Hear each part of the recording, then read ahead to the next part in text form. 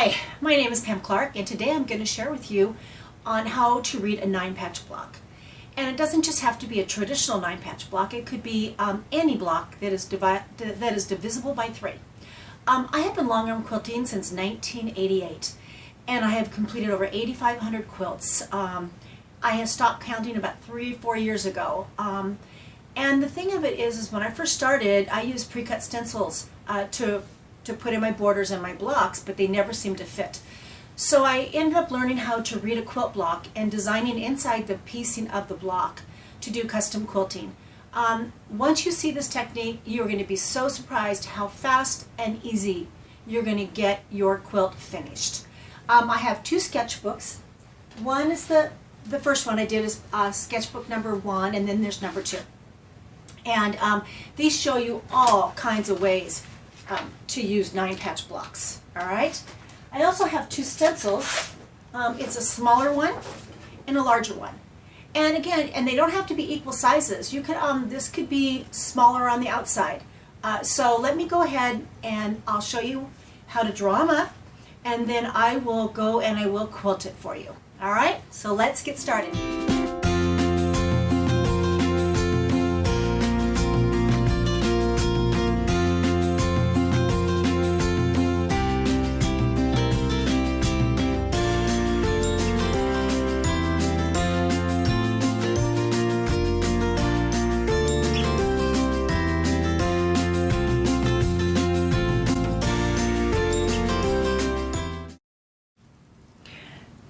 So this is the first design that I'm going to draw up for you. It looks like this. And what I did is I just drew up a 9-patch on a sheet of paper, but there are 9 patches in here for you to practice on. I would suggest that if you get the books, take them apart and put them in plastic sheet protectors or copy them. And put the pages into the plastic sheet protector so you can draw over them. And all my sketchbooks have the design drawn up, and then they have arrows. So this is how we're going to start this one. And all it is an arc. They're all just arcs. You don't have to be an artist to do this. So what I'm going to do is I am going to put little registration dots right here for you. So right here, got that one, and right here, and right here, and right here. You could also use the basic 8-line stencil like this. You could lay that down through here and chalk it just on the outside. All right, it's just as easy. I normally don't, this size is enough that you can kind of fudge on, you can kind of guess, but if it gets anything bigger than this, I do use more registration marks. So this one starts right here in the corner, and I'm going to try to keep my hand out of the camera. I'm going to arc down like this. I'm going to take and do a arc like that, up to the corner, to this one, all the way out there, to here, that one. Before I close that up, I'm going to come in and I'm going to do a continuous curve. Out. Isn't that a great design? So this is just a plastic sheet protector and a dry erase pen, and then I'm using a piece of batting to erase it. And I will quilt this up for you when I go to the quilting machine. All right, the next one I want to share with you is called continuous curve or arcing. And it's really simple. And this is one of my first designs that I learned. So I'm going to take it, I'm going to arc like this to this one, here, up, there, that one. I'm going to come back this way. I want to try to get sharp points in these intersections. All the way up to here, to this one, to here, up. And everything I do is freehand. I don't, nothing is computerized. And the more you do this, the better and easier it's going to get. All right, so that's another one. And then this one, this next one, I'm going to put registration marks right here for you. Right here. Get one. Or again, you can use the basic 8-line stencil. Okay, here. All right, this one, I'm going to take the continuous curve like this. I'm going to start right here to that one. And now I'm going to do a loop like this. Here, to that one. I'm going to then come and arc in here and loop and loop. I actually found this off of a Mexican tile. So there's lots of ideas out there. Arc, arc, and loop, and loop. And then I'm going to come in here and I'm going to do that same continuous curve like this. Up, out, and out. All right, what do you think? That looks pretty simple, doesn't it? So anyways, let's go ahead and I'll show you how to mark your quilt. I've got a 9 patch loaded on the quilting machine, and I will show you how to quilt that. All right, now this is an actual 9 patch, and I did quilt the other one up in here, but I'm going to do it again for you down here, and I'll show you how to mark it. I do have to stitch this just a little bit faster because I tend to not get as even. All right, but first I have to give you the registration marks. So if you take this basic 8-line stencil and we lay it down right through the center like this, and then just use your pounce pad, or you can do a dot, doesn't matter. I'm just going to put one here, right there, right here, and right here. All right? And that just gives me a guide where I'm going to put that little V there.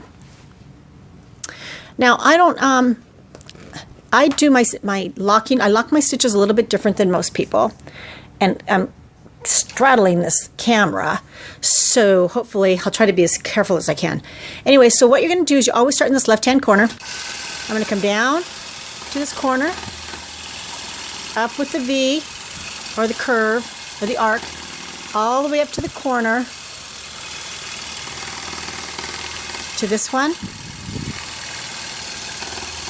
all the way to here, to this one, all the way in the corner, to here, and then I'm going to do my arc,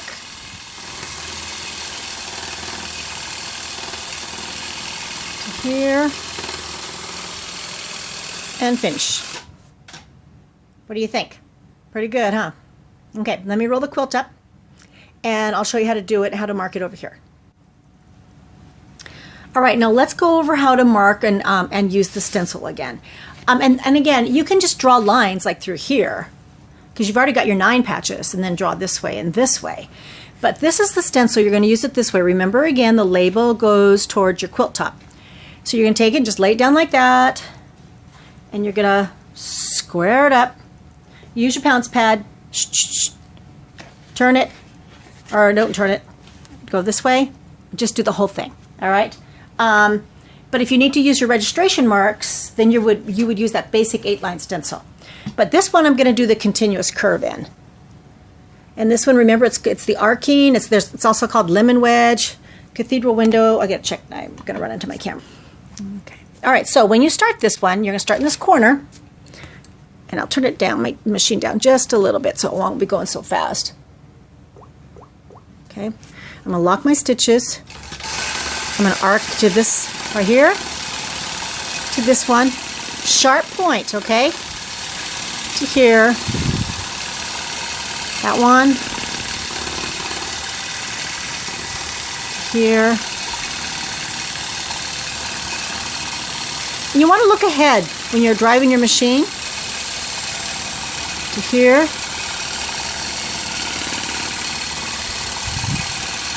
all the way around to the corner, sharp point. If you notice, I hesitate.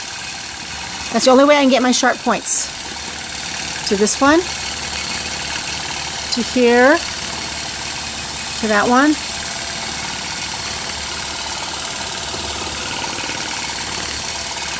got the camera in front of me so it's hard for me to see, so okay, there, to that one, to here, to this one, up, up, and finish. All right, and you don't want to do this right in here, but I couldn't see because the camera was right in front of me. So what you want to do is you want it to look like this up in here. You try not to have any overlapping at all. All right?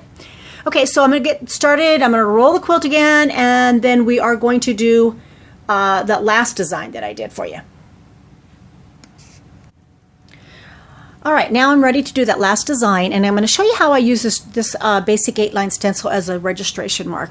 This stencil also comes in a larger size because, you know, this is like an 8-inch block, but maybe you have a bigger block you need to work with. So it also comes in a 14-inch size. So what you're going to do is you want to lay it down. You take that, but you want these little legs, or I call them extensions, like right here on that square. Right there and there. And then I'm going to go ahead and chalk the whole thing all the way through. And I'll tell you how to get the chalk off when I'm done. So I've got that through there. So you want the little legs to go through there. All right. And then remember, we start in the left-hand corner.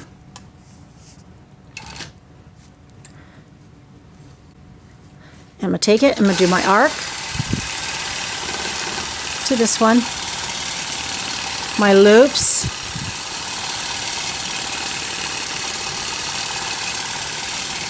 my arc. This is the one that I told you that I found off the Mexican tile.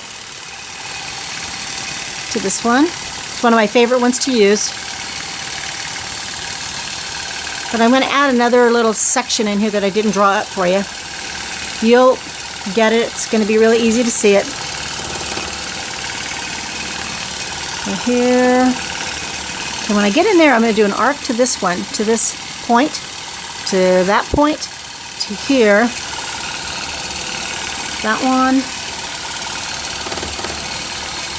arc, the loop, and the loop, and finish. How fast was that? Wasn't that great? All right, now to get the chalk off the quilt, you can just use a lint brush works. Most of this is just going to brush off, but there still might be a little bit, especially if you're using a white fabric. And so I use a product called So Clean. It's an all-natural product. I don't have to wash my quilt, and it's not going to harm my quilt if I leave the So Clean on the quilt. And what I do is I use it on a wet sponge, and I like these kind of cello sponges. And then you just take So Clean and spray on the sponge, and then you wipe it across your chalk. Now, if you've chalked it pretty heavy, or maybe you're using white fabric, you might be a little bit heavy. Don't think that it's not going to go away, because once it dries, then it's going to disappear. Now, the thing of it is you notice it's not soaking wet, okay? It's just a damp sponge. So lightly sponge it, and I do this as I go with my quilting. So once I've got all the marking and my quilting done, I then clean it before I advance the quilt. And here it is again. It's called So Clean, and you can get it at your local quilt shop, or you can order it from Linda's Electric Quilters. Anyways, there you go. Well, anyways, I'd like to thank you for letting me share this information with you today. You can purchase my stencils through Linda's Electric Quilters. You'll have that information at the end of the tutorial here. And good luck with your 9-patch. I think you're really going to enjoy it, and it's going to save you lots and lots of time. And there's just a lot of information in those 2 sketchbooks. All right, and have a good day. Thank you.